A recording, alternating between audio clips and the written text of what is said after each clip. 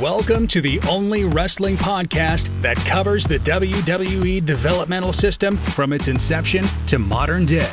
From OVW to MCW, the HWA, Deep South, FCW, and much more. Hosted by Brian Asbury and Mortimer Blankenship. Now let's dive into what could have been, what should have been. Welcome to Developmentally Speaking. Hey, before we get in this episode, can you do us a favor? Will you go ahead and subscribe to the channel? Will you ring that notification bell? And if you would, give this video a like. Well, enough of that mumbo jumbo. Let's get to the episode. Let's talk developmentally speaking, glow up, and connecting through wrestling. Everybody, I'm Morty. And I'm Brian. And on today's episode of Developmentally Speaking, we have the giant killer himself, and I'm a huge fan, Mike Mondo. Mike, how's it going? It's going great, guys. Thank you very much for having me on your show. I appreciate you making the time and everything, and ready to rock and roll, answer whatever questions you got. Awesome. Thank you so much for being here and taking time for us, because it definitely is an honor. It is an honor to have the only man that Godzilla is afraid of on the show. The only man. There's a lot of people on the roster. There's only one guy that Godzilla fears. That's the giant killer, Mike Mondo. That's right. So first question. What made you want to get into professional wrestling? What made me wanted to be a professional wrestler? You know, it's been always a passion of mine since I was, I remember like 4 years old, you know, sitting in my dad's lap watching Hulk Hogan on TV. And, from then on, it just transpired, throughout the years. It's something I've always knew I wanted to do. I just never knew when I was going to get into it, per se. I've had two dreams in life. One was to be in the NFL and the other was to be in the WWE. But just as the road takes it, just wrestling was my calling. And at 18 years old, I decided to get into professional wrestling. I enrolled at a wrestling school here in Long Island, New York, where I currently train wrestlers to this today. NYWC, the New York Wrestling Academy. And that's where I started. That's where I got my big start, and then later on, fast forward, I'm sure you'll have questions going there to when I went to OVW down in Louisville, Kentucky. But yeah, it's been quite the journey, and it's been a great one, so to speak. Yeah. How long did you work in the New York area before you made the trip down to Louisville? Yeah, I was there for about, I would say, a little bit less than a year, maybe 9 or 10 months total. I got to work the independents here for a very short time. I was in, wrestling school, going to practice every Tuesday, Thursday, Sunday here in Hicksville, and just working on, I didn't know things were going to happen so fast for me, but they just did. So when, a wrestling break kind of happens, you just got to jump on the bandwagon and kind of roll with the punches, because there's very few and far opportunities, that present itself. So, that's what happened. And I saw, thanks to Pat Buck, who was also at the time Bruce Starr down at NYWC. He told me about the OVW tryout camp that was happening, and I went onto the website, and just with little expectations, I just applied, but lo and behold, I got accepted, and I went down there for a week, and Dr. Tom was running it, Danny Davis, Jim Cornette, and I just really gave it my all, not knowing what to expect. I had maybe about a year or so under my belt in the business, and I just did the best I could. I came home after that week's time, and I got a call from Jim. I remember I was in the parking lot one day at practice, and he wanted me to come down and train in the advanced class and be on OVW television, every Wednesday night, do the house shows on the weekend. I wasn't signed, but he wanted me to be in the program, and I was like, hey, look, WWE's always been my dream, and OVW is the minor leagues, so this is the place to be. So I pretty much packed up my bags with whatever I had, and I finished out the semester in college, I remember, and moved down to Louisville, Kentucky, and then that's where it really, my journey began. So, it's been pretty cool. That absolutely speaks volumes of how just naturally good you are as a wrestler then. I mean, a year under your belt and you're getting a call from Jim Cornette saying, hey, we want you in the advanced class. We're going to skip the beginners class because you're that good. So we're going to, that's amazing. Who taught the advanced class at that time? Rip Rogers. Rip Oh, Rogers was yep. He was. I remember I went down there and yeah, he was like like a drill sergeant type. Just he really cared for his students. He had a lot of passion, and definitely wasn't afraid to speak his mind and tell you what you needed to be heard. mhm. And but he was great. He was all about repetition, repetition, and I emulate my training today with my students after two people mainly, Rip Rogers and Al Snow. But if it wasn't, you know, being that we're talking about Rip right now, if it wasn't for him, I definitely wouldn't be the wrestler I am today. He definitely opened my mind to so many horizons and just learned how to wrestle with every body part, get heat on every body part, being able to call a match in the ring, a 60-minute match in the ring. For that fact, I've done Mhm. about 15 or 16-hour Broadways for him, and yeah, it was the Harvard of pro wrestling for sure. I can't put OVW and Rip Rogers over enough. Absolutely. I'll say, of course, we're biased being from Seymour, Indiana. We are Mm, you know, but Rip really belongs in the Hall of Fame for what he did for WWE. All the people he trained, all the people that he grew into the stars that everybody knows, yeah. and all of and I believe you could attest to this that not all of those people would have been that good if they didn't have training from Rip. Oh, without a doubt, hands down. Yeah, no, definitely. Rip had just he had a way of relating to everybody, and everybody loved Rip.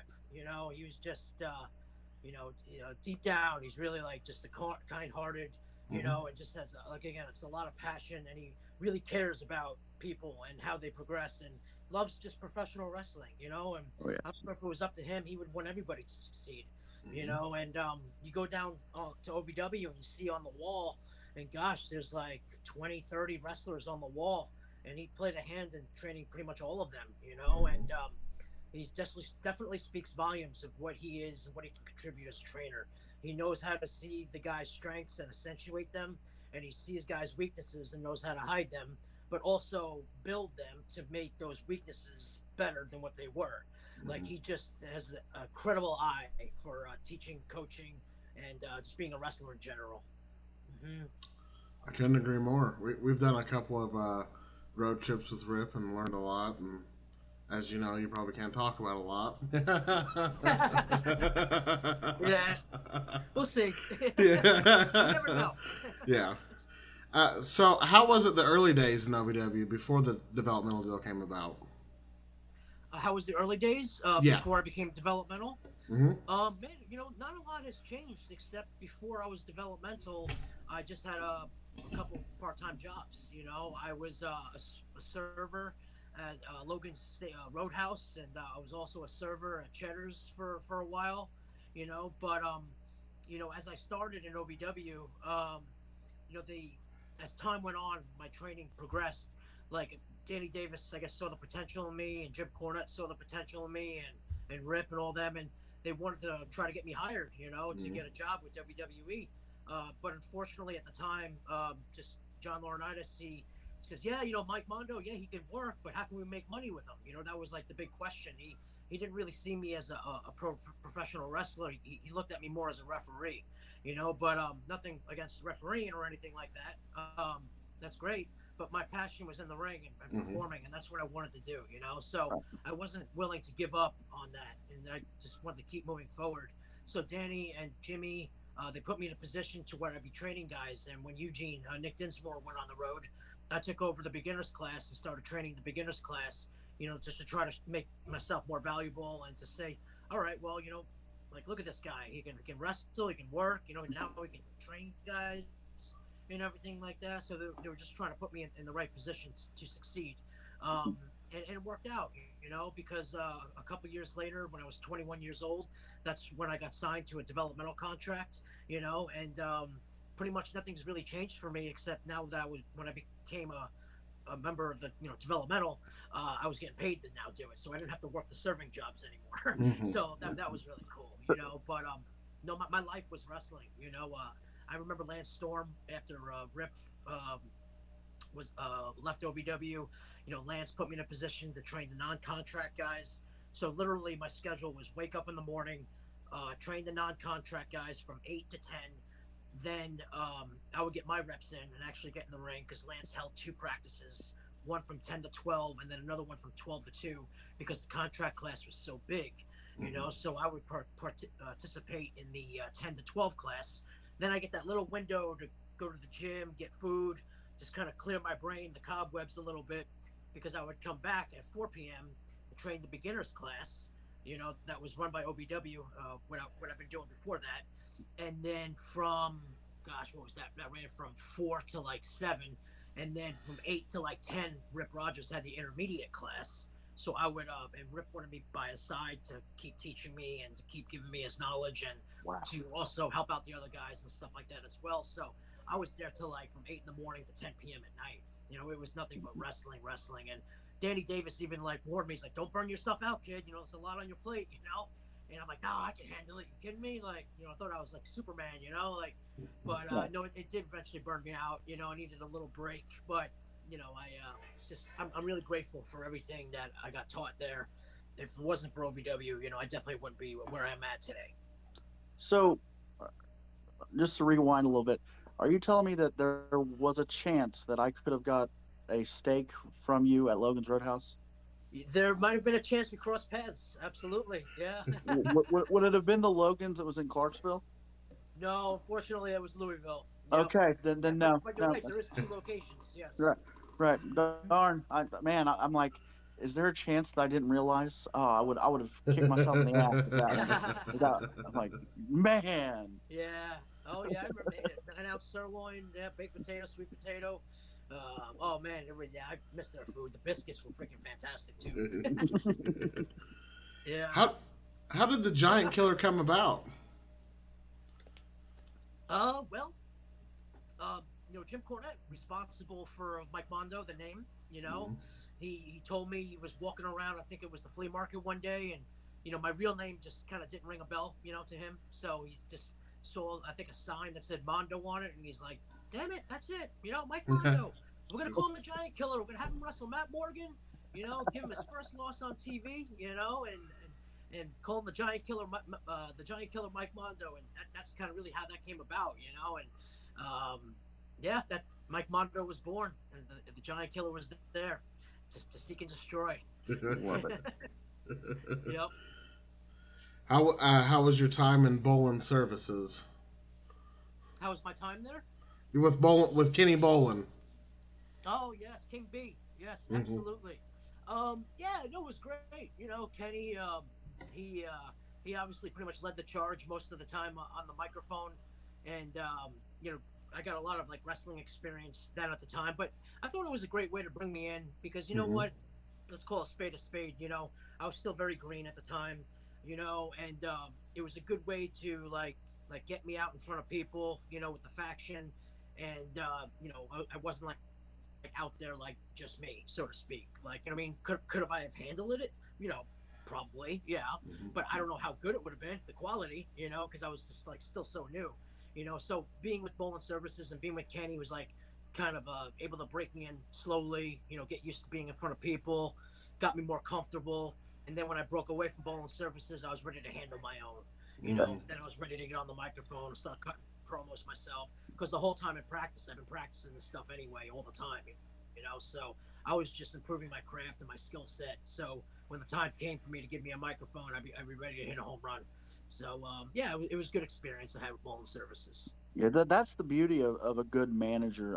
I've been a manager my entire wrestling career, and you Yeah. know, my favorite thing to work is with the green guys because I like to have them use me as a stepping stone to further themselves. I do more than just cut promos for them.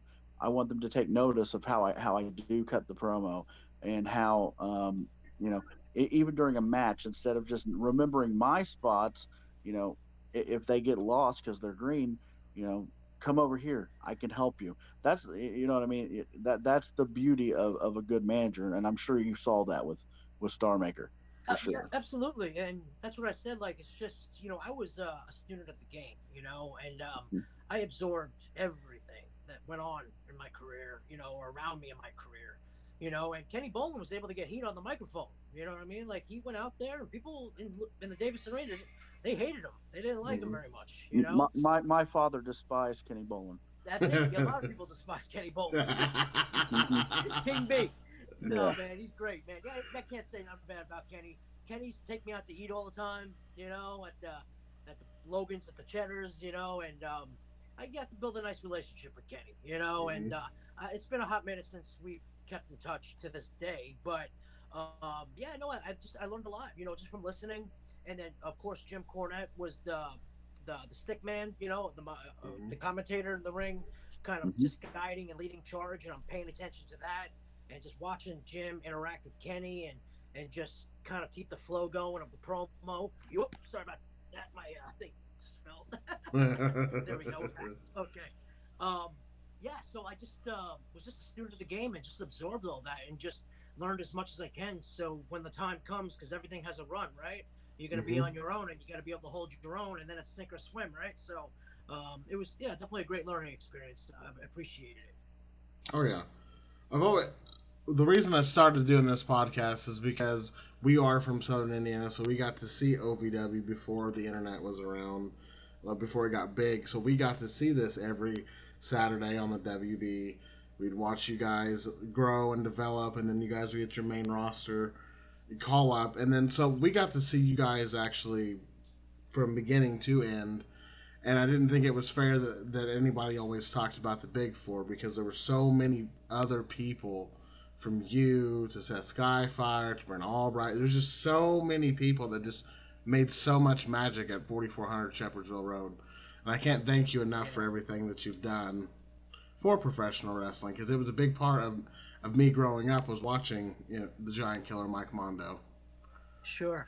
No, I appreciate that, man. Thank you very much. I'm happy. It makes me feel good that I was able to contribute to that, and I'm just one of many guys that was able to contribute, like Hmm. you mentioned, like Seth Skyfire. Gosh, I mean, I've had so many great matches with Seth, Hmm. like he is just a hell of a wrestler. He was a hell of a worker. Seth was the first guy that I remember I could recall just being able to go in the ring and not say a word and just go based on our body language, and we'd have a kick-ass Awesome. match because we just knew each other that well. We were practicing together all the time, 5 days a week, and then Hmm. Jimmy Cornette would put us in a program together, and then it just became like second nature. I mean, gosh, I remember the spots we used to do just off the top of my head, and he'd get on an electric chair, I'd swing him, he'd give me a leg drag, I'd feed for two arm drags. Like just off the top of my head, I remember doing that all the time. We had our shtick, and we'd always go to it, and we just knew what worked and what didn't, and we just went with the flow, and we had some kick-ass matches. Oh yeah. You mentioned Brent Albright, another great talent. I remember doing a couple matches with him where I was went after his eye. I remember, and he had the eye patch, if you remember Hmm. that, and I think we went like 15 minutes. This was when Paul Heyman was booking, actually, and I mean, yeah, guys, so many great talents. Tank Toland, Hmm. Jillian Hall. I mean, I can go on. I've been there for like over 10 years, Hmm. pre WWE and then post WWE. I went back, and I was there from when Al Snow was teaching and coaching and Hmm. writing TV and everything like that. So I've seen and went through so many different classes, of Hmm. individuals, so like different eras, so to speak. So it's been great, For a while, I thought maybe the fans were getting burnt out on Mike Mondo because they've been seeing him so much, but no, I love my time there. It's been great, all eras. You know, the beauty, being in the business, you see too many people that have big egos. And one thing I've always said was, I'm like, Mike Mondo couldn't have had a big ego because you put so many people over. You made everybody look good. There was one instance where you said that you would wrestle anybody in the back, and Alexis Lurie came out and she beat you, and you got mad or something again. And then what? Victoria came out and One hand tied behind my back. yeah, yeah, yeah, I can beat yeah, anyone with one hand tied behind my back. Just get out here. yeah. No, literally one hand tied behind my back. Yes, amazing. Wrestling with a hand tied behind stuff like that. That because Yeah, even though I was a fan, I was smart to it. At that point, everybody was, but it it made me appreciate Mike Mondo more because it's like, well, he just wants, he's a person working for the good of the show, for the fans, and I want to thank you for that. I appreciate that, especially after being in the business and seeing so many people that worry about, you know, having a belt around their waist or being belt marks, and all these other gimmicks that they, they just want to make themselves look good instead of, caring about the show. Because if the show succeeds, everyone succeeds, and I don't think enough people get that. Well, thank you, man. I really appreciate that. That is a ultimate compliment to me. Yeah, I'm humbled by it. I appreciate it very much. It's one of those things, man, where it's not a shoot. You know what I mean? Like, everyone has their spot on the card, and I recognized my spot on the card at one time. I knew they weren't pushing me to be world champion. I was a carpenter. That's what I was. And for those listening that don't know what a carpenter is that you're made to a certain extent, but there to really put other people over and make them look as best you can. You take the people that are maybe here and bring them up to here. You know what I'm saying? And I was blessed because I just one of those guys that I can work with a broomstick. I can work with anybody. I can work with people that are 6'5". I can work with people that are 4'10". I can work with someone that's 500 pounds, and I can work with someone that's a buck 80. You know what I mean? A lucha style, a mat wrestling style, a brawling style, you name it. I can have a good match, not to put myself over, but I can have a passable and good match with pretty much anybody. And it's a blessing and a curse, I guess, so to speak, right? Because um, we all want to. Of course, it's everyone's dream to be world champion one day. You know what I'm saying? And that should be your goal. Especially if you make it to WWE, that should be everyone's goal. But man, I just wanted to play the game. Put me in, coach. I want to play. You know what I Yeah, mean? Like, that was my attitude, and I just wanted to get out there in front of people and I just loved wrestling, and that was my passion. And I just wanted to be a part of the show. But just like what you said, a card should be built like a match. From the first match all the way up going through the last match, and I'm just a little piece of the puzzle that just tries to make the card a little bit better, and I took that with pride, and I did the best of my ability. So thank you for recognizing that. But yeah, no ego here. Like I said, just put me in, coach. I want to play the game. it's awesome. Yeah. If there is any advice you could give to anybody that wants to get into professional wrestling, what would it be? What was that? If there is any advice you could give to anybody on wanting to get into professional wrestling, what would it be? Yeah. Okay, that's a good question. My first piece of advice would be to get an education and go to school. I have to say that off the bat. Um, I tried doing that with I went to college, but I got I had a dream, and OVW presented itself, so I just finished out my semester. But you know what? It's been doing this for 20 years now, and it's a very hard and it's a very tough business. And I'll tell anybody, even my students today at NYWC, that the chances of making it's very few, far in between. You know what I mean? And it could be a very unforgiving business. The business will go on whether you're in it or whether you're not in it. So you want to do the best you can to protect yourself. Get an education. Things happen. I tell people, my students all the time, like, you're gonna get hurt. That's just the way the business is. Just hopefully to what extent. You know what I mean. But it's gonna happen. If this is what you want to do full time. So but being that that's out of the way, if they still decide they want to do it, I always say, give it your all, give it the best that you can possibly do. That's all you can. You want to. There's three components that make a great wrestler. It's the look, the promo, and the body of work. So you want to concentrate and excel at those three best things, and be honest with yourself. If your body's not where it needs to be, be honest and do what you got to do to get yourself in the best shape as possible. That's not saying don't use steroids or anything like that, because you can't do that anyway anymore these days. So naturally get in the best shape as you can. Learn how to cut a promo, babyface and heel. Be over prepared, being able to do it on the fly, when asked to do so. And also just do the best you can every time you get in the ring, and try to learn one new thing a day. This business does not come, and you don't learn this business overnight. So I always tell guys, learn one thing a day, and eventually those one things a day accumulate, to many things over time. especially in a month. If you think about it, that's 30 new things a day that you learned after a month. So take things in stride. Be patient. A lot of people have a hard time with patience. Not everyone's going to be Kurt Angle and pick this up in 6 months. You know what I mean? It takes years and it takes experience. And don't be afraid to fail. Make mistakes. When the window of opportunity, especially when we were in OVW, to make mistakes was here. But when you get to WWE, all of a sudden that window of opportunity to make mistakes becomes here, and you don't want to do that. So that's how you learn and that's how you grow. But I say, do the best you can, look the best you can, talk the best you can, and go in there and try to be the wrestler as best you can. And be patient, work hard, stay humble, and ultimately have fun. And that's what you should be. It should be fun, because the day stops becoming fun for me is the day I stop doing it.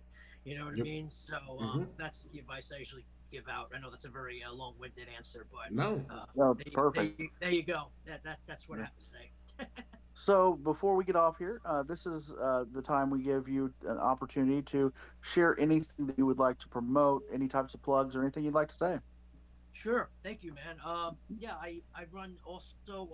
Well, first, as I mentioned, I'm the trainer at NYWC Pro Wrestling Academy, and you can email me at themikemondo@gmail.com if you're in the New York tri-state area and you're interested and you want to become a professional wrestler and be trained under yours truly. You can contact me there. You can follow me on Twitter. I give out lots of wrestling advice, free advice on Twitter. When things come to the Mondo brain. My Twitter handle is the Mike Mondo. My Instagram is the Mike Mondo. I also do match reviews, and if you're a professional wrestler out there and you want a match professionally broken down from A to Z, I'll give you the pros, the cons, and pretty much schedule a FaceTime call with you, and we'll go over your match and we'll dissect that thing down to the bone. Right now, I'm doing it for $20, but starting the new year, January 2nd, that is. It's going to be going up to $30, so I think everyone's got like 24 hours to. I don't think it's airs till Monday anyway, so it'll be good rip, right? For a low cost of $30, I'll be happy to dissect your match, and I promise you that you'll leave better off than what you were before, or your money back guaranteed. How about that, ladies and gentlemen? And last but not least, I'm making my return to in-ring competition. February 25th at the Psycho Circus. That's NYWC's biggest show of the year. That's taking place, and my opponent's going to be Dickie Rods, who is an old friend of mine, or I should say used to be a friend of mine. Don't really see eye to eye too much anymore these days. The wrestling world may know him as Dickie Rods, but I personally know him as Robert Rampino. And I will say this, guys, that it's the first holiday season that I've had some peace and serenity in my life. And because I, quite frankly, I don't know if anyone's been there or not, but just has anyone ever had that individual just whines and complains 24/7, 365 days a year, 7 days a week? Well, guess what? I am sick and tired of it. All right, because he's out of my life for good, and I'm going to face him on my return February 25th, and I'm going to show him. I'm going to show you, Rampino, what gut check time's all about. So you better come. You better become ready to fight, because I'm going to be there. And I hope you are too at February 25th at the Psycho Circus. It's gut check time, buddy. I'll see you there. Hey everybody, it's Morty. It's Brian. And thank you for watching today's episode of Developmentally Speaking. If you could, please click that subscribe button. And don't forget to punch that bell icon so you can get notified whenever we go live or drop a new video every Monday. Well, thanks for watching, guys. And we'll see you on the next Developmentally Speaking.